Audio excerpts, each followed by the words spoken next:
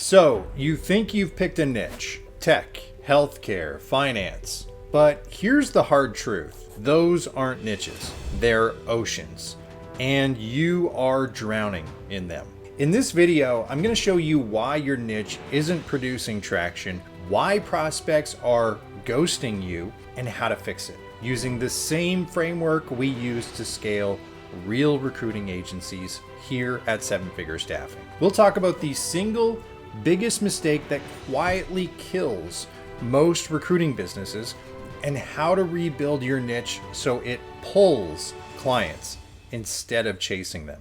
Let me tell you a story. We had a client who was obsessed with their own conception of what their niche should be. They built an entire brand around it, the logo, the tagline, even like a manifesto. They'd walk into prospect calls and spend 20 minutes explaining why their model was different instead of asking what the client actually needed. They weren't losing deals because of ability. They were losing because they wanted to be right more than they wanted to be relevant. There's the first clue that your niche might be broken. If you find yourself defending your niche to prospects, you probably built it for you and not for them. So let's go through it. Why your niche is not working. Number one, you picked an ocean, not a pond. You said tech or you said healthcare, thinking that was a niche, but they're not. That's an industry. Those are industries, not markets. A real niche isn't about what you do. It's about who feels it the most. If you're going to stand out, you need to be the biggest fish in a small pond. And that means picking a sub-industry with momentum, urgency, and visibility.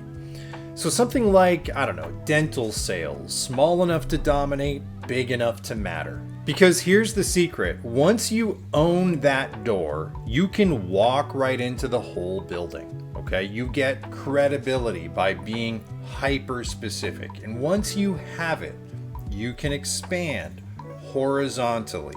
Every recruiting empire that starts in this day and age starts narrow. The pond creates attraction.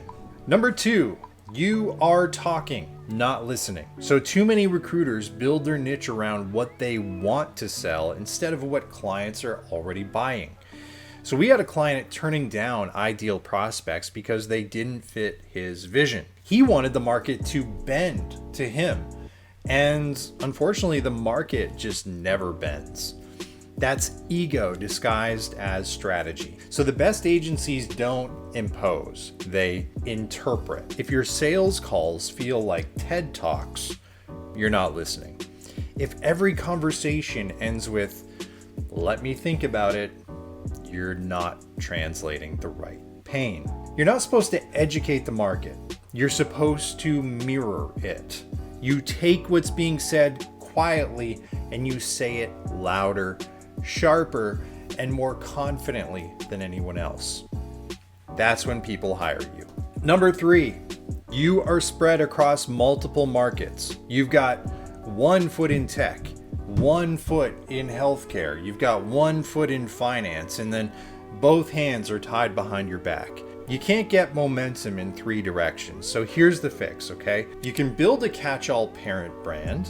That's fine. And that can take inbound referral business or whatever else from anywhere. But here's the other thing that you got to do. Spin up a focused niche brand that dominates one micro market at a time. That's how you win both depth and breadth. And when you do it right, your market starts introducing you as the person who owns that space. That's where you want to be. So one SFS client did this with dental sales, but there's tons of examples that I could cite. Not dental overall, just the sales side of it. So within 2 months, the company started getting intros from dental ops directors, marketing leaders, even vendor suppliers, all saying, "Hey, you're the recruiter everyone in our channel uses, right?" And they came in through a single door and suddenly owned the entire hallway. Number 4, you picked a dead niche. No momentum, no growth, no pain, Remember that recruiting thrives on pain. If your target market doesn't have an active burning problem that makes them want to switch vendors now, you're not in a niche. You're in a museum exhibit. Markets die slowly. At first, it's like fewer job postings, right? Then longer hiring cycles. Then every client says, oh, we're pausing until the next quarter. That's not your offer, that's physics. You need to sell into movement, new regulation, consolidation, rapid expansion.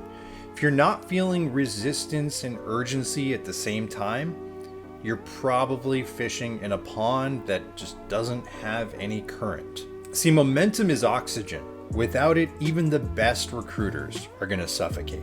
Number 5, you don't look like the obvious choice. Even if you're the best, if your brand doesn't signal it, nobody knows and nobody cares. Your niche has to be visible in your visuals, your copy, and your conversations. You want prospects to say, finally, someone gets it, or at least you want them to think that. If your website headline could belong to any recruiter, you're invisible. Specificity doesn't limit reach. It multiplies trust. And the irony, you can't figure that clarity out in a brainstorm. You find it in the market through what we call bait testing. So here's how to fix it. Here's the part most people skip, okay? You don't decide your niche, you discover it. And the fastest way to discover it, not by brainstorming, you bait the market.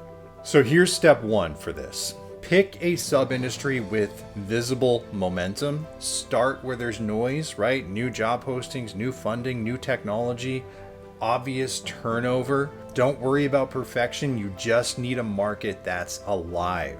So let's say you notice hiring spikes in some kind of market. Imaging equipment, dental sales, like we mentioned earlier. That's movement. And movement is the only soil that can grow data. Step 2, pitch MPCs, not theories. So here's the difference between amateurs and pros. Amateurs pitch services. Pros pitch people. You can spend 6 months theorizing your niche, or you can send 3 MPCs next week and know exactly where the money is. We call this the MPC bait test. MPC stands for most placeable candidate. So take 3 exceptional market-ready candidates from your bench. Each one represents a different vertical you might want to explore. Then build short Spintax style MPC emails for each one. So for example, 1 for dental sales reps, 1 for imaging technicians, 1 for healthcare software account executives. Find out what it is that your market is hungry for right now. And then you want to send like 1,000 emails to this segment. Track which campaign gets real replies, not just opens. If 80% of your replies say, can you send the profile, or we're actually hiring for this right now, you found a little bit of traction. If no one bites and no one cares, that market's cold. Move on. The MPC test doesn't just tell you what's working, it tells you who is desperate. And desperation is the fastest path to deals. So we've run this across hundreds of campaigns, and nothing clarifies niche fit faster than this MPC test. Step 3, interpret the signal. So if your dental sales, for example, MPC pulls in 12% reply rate, your imaging tech MPC campaign pulls in 1%, the market just voted. You don't need a whiteboard. You need data from real hiring behavior. That's how you discover a niche instead of just guessing at one. And once you've found traction, you can double down. You can build a landing page, you can update your copy, you can create content around that vertical, and start talking to more people in that ecosystem. That's how a micro campaign turns into a market position and a proof of concept. Step 4 is to build vertical depth. So now that you know which sub-industry bites, you can expand within it. So in dental sales, that might mean also recruiting for vendor account managers or operations leaders in the same companies. They already trust you because you delivered once. We call this horizontal compounding. Every win opens 2 adjacent problems that you can now solve. That's how agencies grow predictably without burning out their lists. Step 5, feed the data back. Okay, your outreach data is your research and development. Most recruiters treat campaigns as transactions. The top 1% treat them as market intelligence. Every NPC that you send, every open rate, every ghosted reply is information. And if you're listening, the market literally tells you where it's hurting. When we build growth campaigns at SFS, we don't start with branding exercises. We start with response data. Then we craft the brand to match the niche that already works, not the one that looks good on paper. That's how you end up with a message that magnetizes buyers. All right, so here's the takeaway. Most agencies fail because they try to find the perfect niche instead of earning it. They brainstorm instead of bait.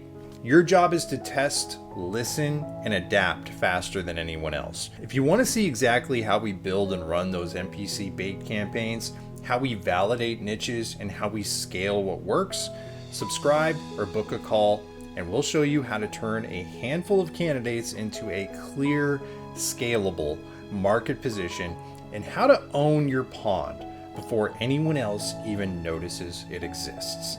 Remember, you don't need a bigger ocean. You just need to own the pond.